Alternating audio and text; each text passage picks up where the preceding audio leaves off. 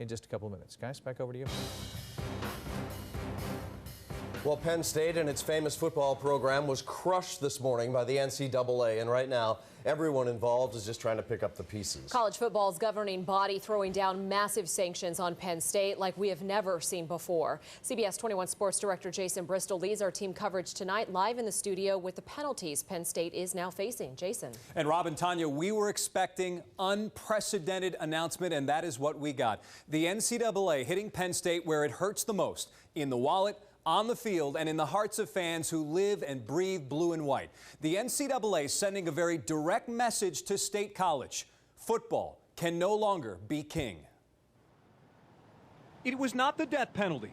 Good morning. Rather, a long, painful injection of ethics and morals. The NCAA fining Penn State $60 million, money that will now go to victims of child abuse. No bowl games for 4 seasons. And the biggest hit, the loss of 20 scholarships per year for 4 years. Penn State may no longer have enough talent now to field a successful team. And Joe Paterno's record as the winningest coach in Division I football, it's been shredded too. The NCAA taking away all of his victories from 1998 through now.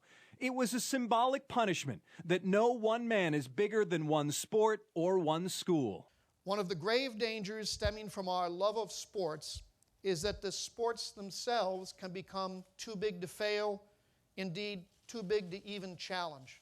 Penn State students following the announcement looked like they were watching a horror movie. Other big-name universities should be scared now, too. While winning and touchdowns are important on the field, doing the right thing off it is even more important now. The corrective and punitive measures the Executive Committee and the Division I Board of Directors have authorized should serve as a stark wake-up call to everyone involved in college sports.